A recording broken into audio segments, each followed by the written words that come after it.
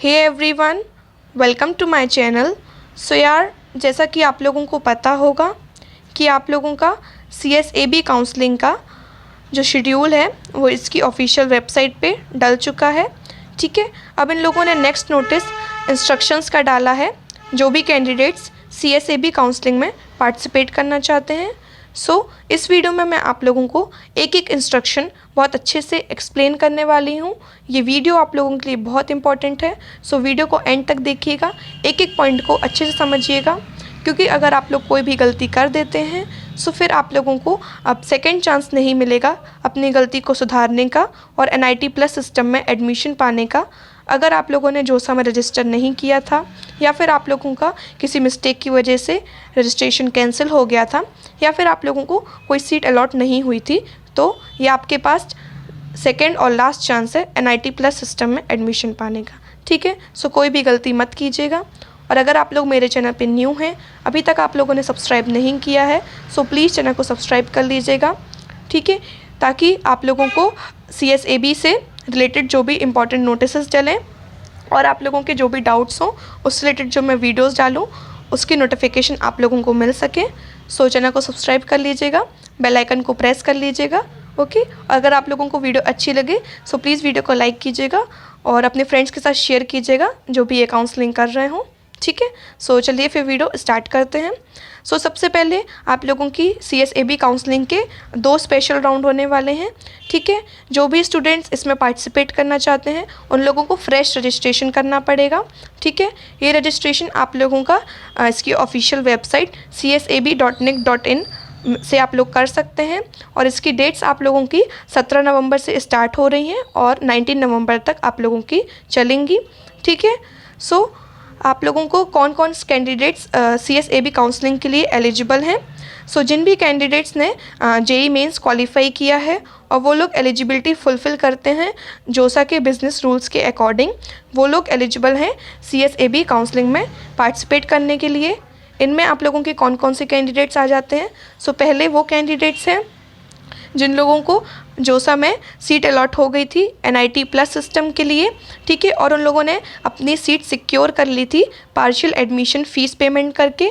Partial admission fees क्या होती है अगर आप लोगों को नहीं पता हो मैंने इसकी ऑलरेडी वीडियो डाल दी है। ठीक है, आप लोग वो वीडियो जाके देख सकते हैं, उसकी लिंक मैं आप लोगों को डिस्क्रिप्शन बॉक्स में दे दूँगी। ठीक है, वो आप लोगों का जोसा काउंसलिंग में ऑफिशियल मतलब जोसा की वेबसाइट पे ऑफिशियल नोटिस डला था कॉलेज रिपोर्टिंग का, तो उसमें मैंने आप लोगों को पार्शियल एडमिशन फ़ीस क्या होती है वो बता दी है। आप लोग जाके देख सकते हैं। ठीक है, पहले कैंडिडेट्स ये आ जाते हैं। दूसरे कैंडिडेट्स वो आते हैं जिन लोगों को सीट अलॉट हो गई थी जोसा में, लेकिन उन लोगों ने या तो सीट विड्रॉ करा ली या फिर उन लोगों की सीट कैंसिल हो गई डॉक्यूमेंट वेरिफिकेशन के बाद। ठीक है, फिर थर्ड कैंडिडेट्स आते हैं जिन लोगों ने जोसा में रजिस्टर नहीं किया या फिर उन लोगों ने रजिस्टर किया उन लोगों ने एग्ज़िट कर लिया या फिर उन लोगों ने सीट अलॉट हुई थी उन लोगों को IITs में या फिर उन लोगों को जो भी सीट अलॉट हुई थी उन लोगों ने अपनी सीट कैंसिल मतलब उनकी सीट कैंसिल हो गई, उन लोगों ने रिपोर्टिंग नहीं करी थी उसके कारण, या तो फिर उन लोगों को कोई भी सीट अलॉट ही नहीं हुई जोसा के 6th राउंड तक। ठीक है, ये सारे कैंडिडेट्स एलिजिबल हैं CSAB राउंड में पार्टिसिपेट करने के लिए। ठीक है, जो भी स्टूडेंट्स CSAB काउंसलिंग में पार्टिसिपेट करना चाहते हैं उन लोगों को कुछ स्टेप्स फॉलो करना मैंडेटरी है, जिसमें आप लोगों का आ जाता है रजिस्ट्रेशन, पार्टिसिपेशन फ़ी का पेमेंट और आप लोगों का चॉइस फिलिंग, जो कि आप लोगों का 17 नवंबर से 19 नवंबर तक चलना है। ठीक है, पहला स्टेप है आप लोगों का रजिस्ट्रेशन। ये आप लोगों का 17 नवंबर से 19 नवंबर तक होना है इसकी ऑफिशियल वेबसाइट पे।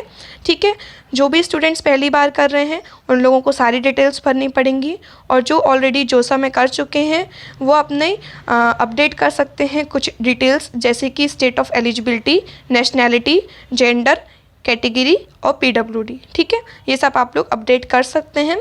फिर उसके बाद सेकंड स्टेप आ जाता है आप लोगों का पार्टिसिपेशन फ़ी का पेमेंट।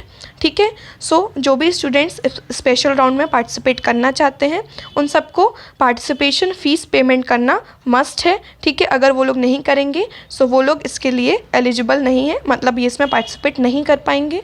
ठीक है, अगर आप लोग जनरल EWS OBC NCL में आते हैं सो आप लोगों को पार्टिसिपेशन फ़ीस 37,000 रुपीज़ पे करनी पड़ेगी।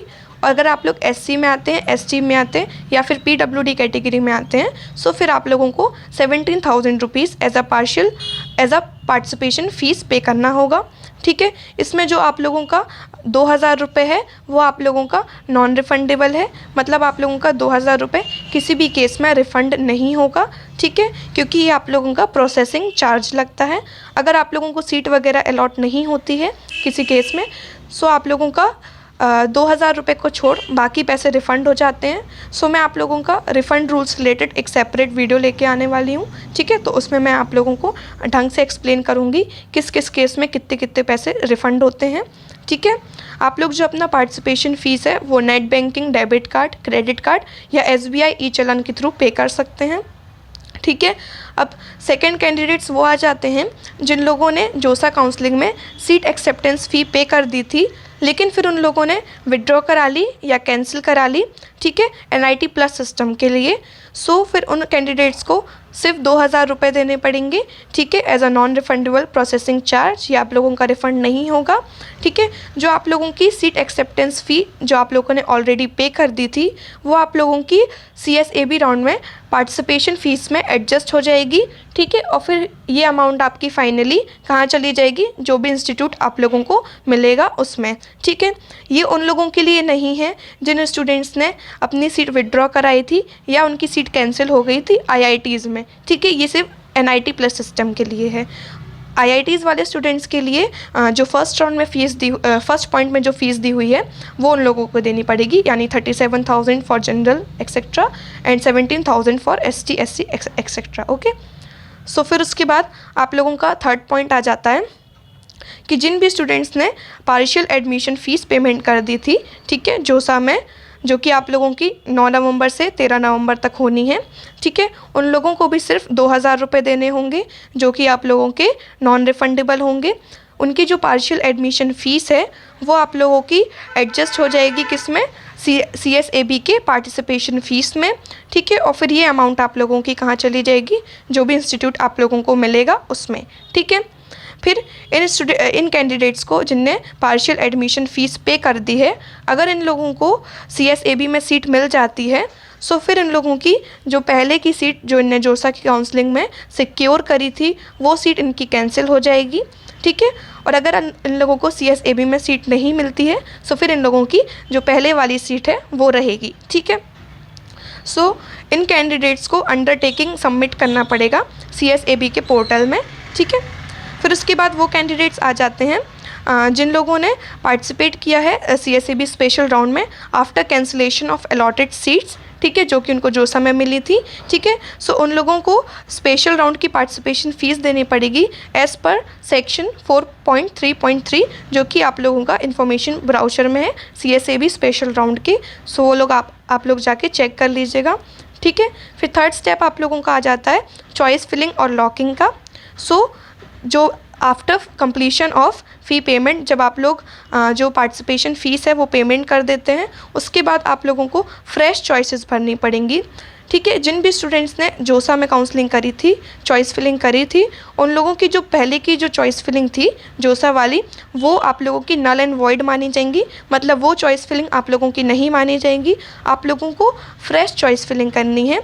ठीक है, और ये आप लोगों को बहुत केयरफुली करना है, क्योंकि अगर आप लोगों की इसमें आप लोगों को CSAB में अगर कोई सीट अलॉट हो जाती है, सो फिर आप लोगों की जो पहले वाली सीट जो कि आप लोगों को जोसा में मिली थी वो आप लोगों की कैंसिल हो जाएगी। इसलिए आप लोगों को इसमें कोई भी गलती नहीं करना है, क्योंकि फिर अगर आप लोगों को इसमें सीट मिल गई, सो आप लोगों को यही सीट लेनी पड़ेगी जो आप लोगों को CSAB में मिली है। तो ठीक है, सो फिर उसके बाद आप लोगों का नेक्स्ट आ जाता है, आप लोगों को टाइम टू टाइम पे अपनी चॉइसेस को सेव करते रहना है।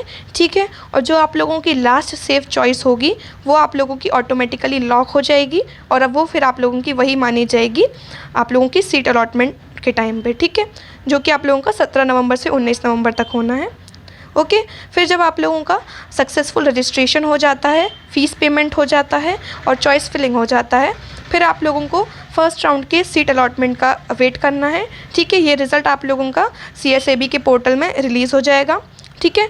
फिर उसके बाद जब आप लोगों का CSAB का स्पेशल राउंड का फर्स्ट राउंड का रिज़ल्ट आ जाएगा, उसके बाद फिर आप लोगों को अगर सीट अलॉट हो जाती है तो आप लोगों को विलिंगनेस ऑप्शन चूज़ करना है, जो कि आप लोगों का freeze, float, slide, okay, surrender and participating next round, surrender and not participating in next round. So ये क्या होते हैं, इनकी मैं एक सेपरेट वीडियो लाऊंगी। सो इनमें से आप लोगों को कोई एक ऑप्शन चूज़ करना है, ठीक है। ये ऑप्शंस आप लोग बहुत केयरफुली चूज़ कीजिएगा, ठीक है।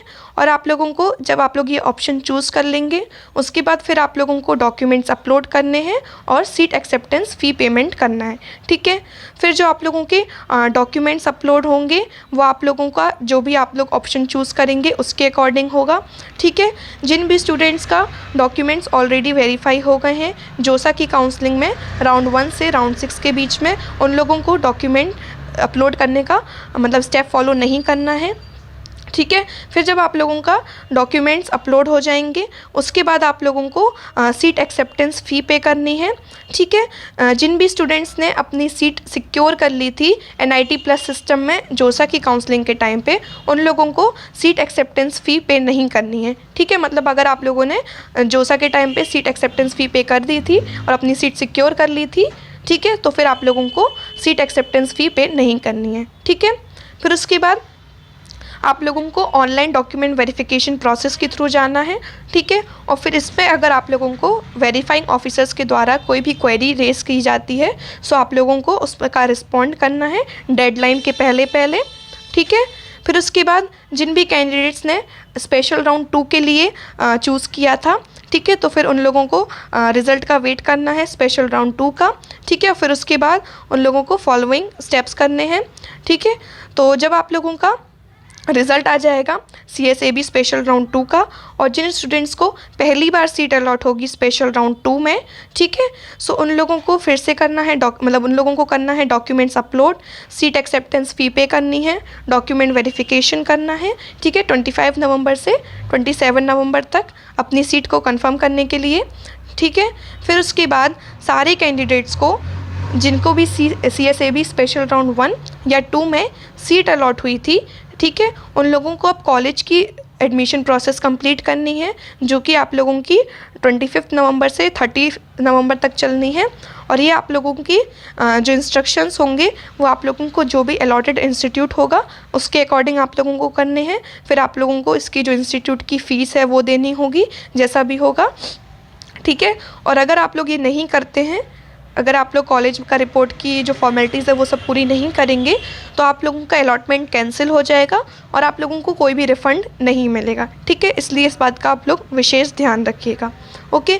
फिर आप लोगों का कुछ इंपॉर्टेंट नोटिस है, मतलब नोट डले हुए हैं, ठीक है, कि आप लोगों को CSAB के पोर्टल में रेगुलरली अपडेट रहना है, ठीक है। आप लोग नहीं रहेंगे तो मैं आप लोगों को अपडेट करती रहूँगी टाइम टू टाइम, ओके। और आप लोगों ने जो भी नंबर रजिस्टर किया था CSAB में, ठीक है, उसमें आप लोगों को CSAB से रिलेटेड कोई भी मैसेज आता है सो वो आप लोगों को टाइम टू टाइम चेक करते रहना है, अटेंटिव रहना है उसके लिए, ठीक है। फिर उसके बाद सबसे इम्पॉर्टेंट पॉइंट आप लोगों का है कि जब आप लोगों का CSAB स्पेशल राउंड 2 का रिज़ल्ट आ जाएगा उसके बाद जिन भी कैंडिडेट्स को फ्रेश सीट अलॉट हुई थी, ठीक है, और उन लोगों ने अगर इंस्टीट्यूट में ज्वाइन नहीं किया, ठीक है, या फिर जिन भी कैंडिडेट्स को फ्रेश सीट अलॉट नहीं हुई स्पेशल राउंड 2 में लेकिन उन लोगों ने अपनी जो उनको जोसा में सीट मिली थी या फिर उन लोगों को CSAB के स्पेशल राउंड में सीट मिली थी, इनमें से अगर आप लोगों ने कोई भी सीट अपनी बचा के रखी है, रिटेन करके रखी है, सो फिर अगर आप लोग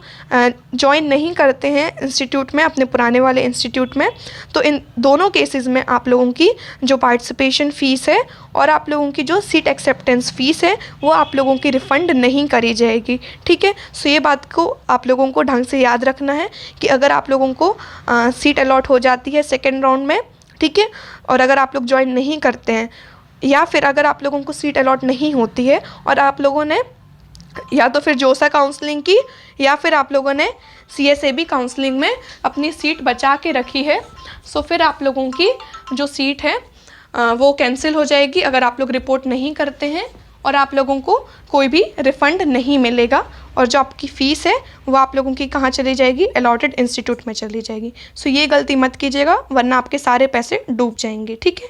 सो ये सारे पॉइंट्स थे।